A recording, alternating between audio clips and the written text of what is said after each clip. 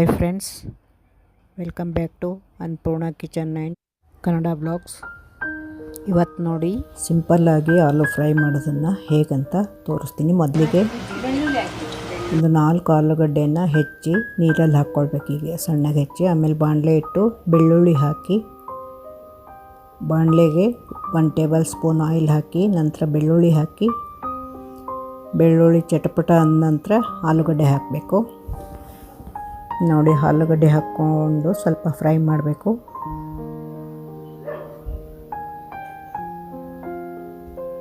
ನಂತರ ಇದಕ್ಕೊಂದು ಸ್ವಲ್ಪ ಸಾಲ್ಟು ಹಾಕ್ಕೊಂಡಿದ್ದೀನಿ. ಸ್ವಲ್ಪ ಹಾಗೆ ರುಚಿಗೆ ತಕ್ಕಷ್ಟು ಸಾಲ್ಟ್ ಹಾಕ್ಕೊಳ್ಬೇಕು.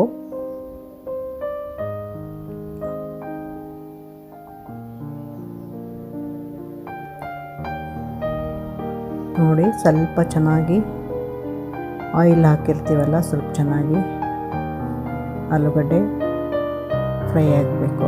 ಆನಂತರ ಸ್ವಲ್ಪ ಜೀರಿಗೆ ಪೌಡ್ರ್ ಹಾಕಬೇಕು.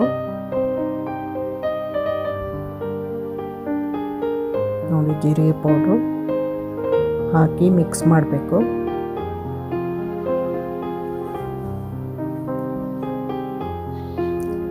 ಹಾಗೆ ಸಿಮ್ಮಲ್ಲೇ ಇರಬೇಕು. ಗ್ಯಾಸು ಜಾಸ್ತಿ ಹೈ ಇಟ್ಟರೆ ಸೀದೋಗೋ ಚಾನ್ಸಸ್ ಇರುತ್ತೆ. ನೋಡಿ, ಚೆನ್ನಾಗಿ ಫ್ರೈ ಆಗ್ತಾ ಇದೆ. ಈಗ ಇದಕ್ಕೆ ಅರಿಶಿನ ಪುಡಿ ಹಾಕ್ಕೊಳ್ಬೇಕು. ಒಂದು ಅರ್ಧ ಸ್ಪೂನು, ಚಿಕ್ಕ ಸ್ಪೂನಿಂದ ಅರ್ಧ ಸ್ಪೂನ್ ಹಾಕ್ಕೊಂಡಿದ್ದೀವಿ, ಸಾಕು. ನೋಡಿ, ಇದನ್ನೆಲ್ಲ ಅರಿಶಿನ ಮಿಕ್ಸ್ ಆಗೋ ಹಾಗೆ ಚೆನ್ನಾಗಿ ಎಲ್ಲ ಫ್ರೈ ಮಾಡಬೇಕು. ಚಮಚೆಯಿಂದ ಎಲ್ಲ ಮಿಕ್ಸ್ ಮಾಡಬೇಕು ಚೆನ್ನಾಗಿ.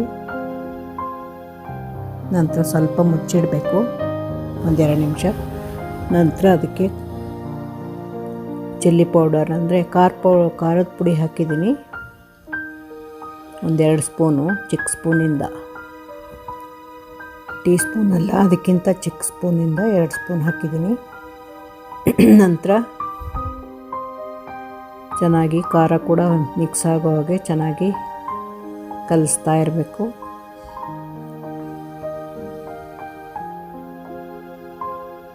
ಚೆನ್ನಾಗಿ ಮಿಕ್ಸ್ ಆಗಿದೆ ಆಲೂಗಡ್ಡೆ.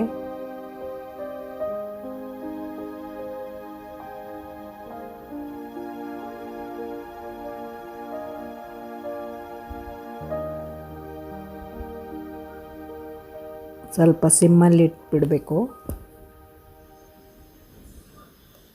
ಒಂದು 10 ಮಿನಿಟ್ಸ್ ಸಿಮ್ಮಲ್ಲಿಟ್ಟು ಹೀಗೆ ಅವಾಗವಾಗ ಕಲಕ್ತಾ ಇರಬೇಕು. ಅಂತ ಆಲೂ ಫ್ರೈ ರೆಡಿಯಾಗುತ್ತೆ.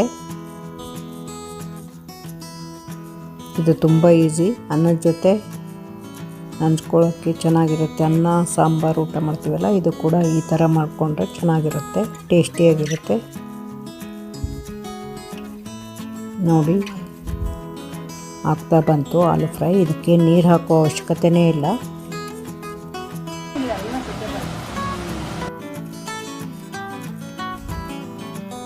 ನೋಡಿ, ಇನ್ನೊಂದು 2 ನಿಮಿಷ ಬಿಟ್ಟರೆ ಆಗುತ್ತೆ.